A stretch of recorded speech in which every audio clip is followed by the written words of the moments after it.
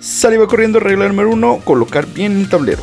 Más de 1000 personas en el mundo no saben colocar correctamente el tablero de ajedrez. ¿Tú serás una de ellas? Claro que no. Por cierto, este dato me lo acabo de inventar, pero es lo de menos. El tablero de ajedrez se coloca siempre asegurándonos de que la esquina inferior derecha sea de color blanco. Mira si observas que hay letras y números en las laterales del cuadrado. Estas son usadas como parte de un sistema de coordenadas, como el juego de batalla naval, donde indica las coordenadas donde dispara su proyectil. Pero aquí lo ocupas para indicar el movimiento de las piezas, así cada casilla tiene nombre y apellido. Esta casilla de aquí es C4, y así podemos nombrar a todas. Pero ahora vamos a colocar las piezas. Parto rápido. Primero colocamos las torres. Estas se colocan siempre en las esquinas de los tableros. Si tienes un tablero con coordenadas, las piezas blancas comienzan en las filas 1 y 2 y las negras en las filas 7 y 8. Si tienes un tablero como este que no tiene coordenadas, no importa. Al lado de las torres colocas los caballos. Al lado de los caballos colocas los alfiles. Y ahora viene la parte más fácil. Las damas o reinas se colocan siempre en las casillas de su color. Recuerda, la dama siempre está a la moda. Y finalmente el rey se coloca en la casilla restante o la que es contraria a su color. Finalmente colocamos los peones en la fila frente a las piezas de su color, los peones blancos sobre la segunda fila y los peones negros sobre la séptima fila. Y listo, podemos empezar a jugar.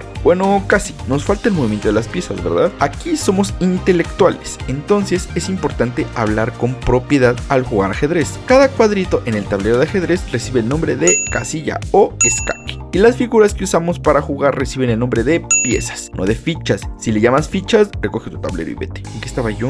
Ah, sí, movimiento de las piezas. Pero antes es importante mencionar que el ajedrez es un juego que se maneja por turnos, en donde siempre inicia el jugador de las piezas blancas y solo puede mover una pieza por turno. Luego le toca al siguiente jugador y no puedes pasar el turno, estás obligado a mover siempre. Las torres se mueven en vertical u horizontal tantas casillas como quieran, en una sola trayectoria, deteniéndose hasta que 1. Llegue al borde del tablero, 2. Una pieza de su bando bloquee su trayectoria o 3. Capture una pieza contraria y ocupe su lugar. Estas tres formas en las que las piezas detienen su movimiento aplican para todas, excepto para una. Antes de eso veamos a los alfiles. Mueven en diagonal aplicando lo mismo. Se mueven tantas casillas como quieran en una sola trayectoria y su movimiento se detiene cuando llegue al borde del tablero, una pieza de su bando bloquee su trayectoria o capture una pieza contraria ocupando su lugar. Nota que como se mueve en diagonal, nunca cambia el color en las casillas por donde se mueve.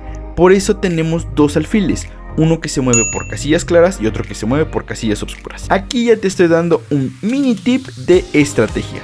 Si pierdes, por ejemplo, el alfil que corre por las casillas claras, todas estas casillas se vuelven más fáciles de atacar. Y ahora vamos con la pieza favorita y el movimiento más interesante. Es la única pieza que nada puede bloquear su trayectoria, porque se mueve a saltos. Técnicamente, todas las piezas se deslizan sobre el tablero. Los caballos son los únicos que saltan. Pones un caballo, cuentas 2 casillas en horizontal o vertical y una casilla transversal a la izquierda o a la derecha de este movimiento. Otra vez, 2 casillas en horizontal o en vertical y una casilla transversal a la izquierda o a la derecha de este movimiento. También lo puedes ver al revés. Cuentas una casilla en vertical o horizontal y 2 casillas transversales a la izquierda o a la derecha del movimiento. Un caballo en el centro del tablero domina hasta 8 casillas. Fíjate cómo las casillas que controlas son de color contrario a donde se encuentra.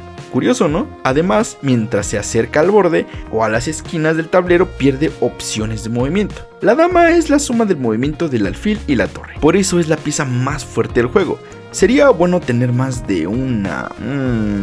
Así es posible, todo gracias a este pequeñín. Los peones en su primer movimiento tienen la opción de moverse 1 o 2 casillas hacia el frente. A partir de ese movimiento solo pueden moverse una casilla por turno y nunca pueden retroceder. Comen en diagonal hacia el frente y solo una casilla. Por eso mismo puedes bloquear el avance de estos peones con un peón enfrente. Si está en diagonal podemos comer una pieza. Pero ¿por qué bloquear una pieza tan débil como el peón? Bueno, hemos llegado a la sección de jugadas especiales. Y aquí sí te recomiendo que te vayas por papel y pluma porque tienen que cumplirse requisitos específicos para poder hacerlas. En ajedrez tenemos 3 jugadas especiales: promoción, enroque y captura al paso. La promoción es cuando un peón llega a la octava fila y puede cambiarse por alguna otra pieza que no sea el rey, es decir, un caballo, un alfil, una torre o una dama. Y como la dama es la pieza más fuerte, casi siempre todos piden una dama. De esta forma puedes tener hasta 9 damas en juego. Pero ten cuidado, mucho poder no siempre es mejor, porque hay varias formas de empatar el juego. El enroque, por otro lado, es una jugada para alejar al rey del centro.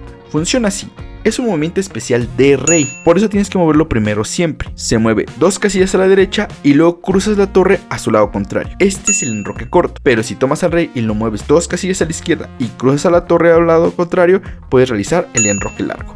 Sobra decir que con negras esto es al revés, ¿verdad? Corto o largo, hay reglas que se deben seguir. No puedes enrocar si el rey o la torre involucrados se han movido previamente. No puede haber piezas entre el rey y la torre. El rey no puede estar en jaque y no puedes enrocar si una de las casillas por donde va a pasar el rey está amenazada por una pieza del rival. Repasando, que ninguna de las piezas del rival amenaza alguna casilla por donde va a pasar el rey, ninguna pieza da jaque a nuestro rey y el rey ni la torre se han movido previamente, puedes enrocar.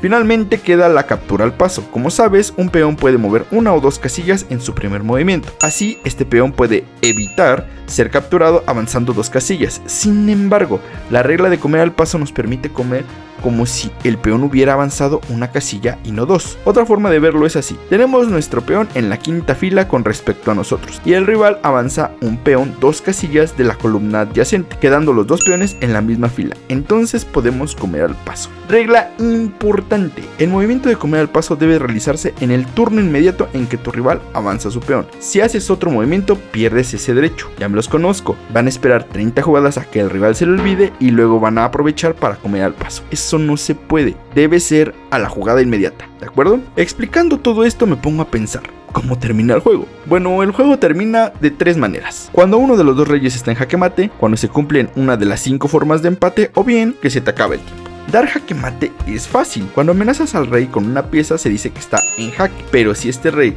no puede moverse porque tus piezas controlan su escape, no puede bloquear la amenaza con una de sus piezas o no puede eliminar la pieza que lo está amenazando, el rey está en jaque mate y pierde la partida. Ahora bien, hay 5 formas en las que puedes empatar una partida. Es algo molesto, pero es que sin estas reglas las partidas podrían alargarse infinitamente. Regla del rey ahogado: se cumple cuando el rey no puede moverse porque tus piezas controlan su escape, pero no está en jaque, no hay piezas amenazándolo y no hay piezas que puedan moverse tampoco. Mira este ejemplo: tiene peones pero están bloqueados y su caballo no puede mover porque pondría a jaque mate a su rey. Como no hay movimientos válidos y no puedes pasar el turno, el rey está ahogado. Regla de la triple repetición: se da cuando una posición se repite exactamente 3 veces. Si algo varía en la posición, se reinicia la cuenta. Casi siempre ocurre cuando das jaque mate perpetuo a un rey. Regla de los 50 movimientos: si durante 50 movimientos no ocurre la captura de una pieza o un movimiento de peón, se da la partida por empate. Esto ocurre normalmente cuando ya no hay peones en el tablero y solo tienes una pieza para dar jaque mate y no puedes hacerlo. Y de aquí se deriva una cuarta forma de empatar: insuficiencia de material. Puedes dar jaque mate con una torre, con una dama, con 2 alfiles, con un alfil y un caballo, pero es imposible dar jaque mate con un solo caballo o un solo alfil. Te dejo la tarea de intentarlo a ver si se puede. Hay un caso único, que es el de tener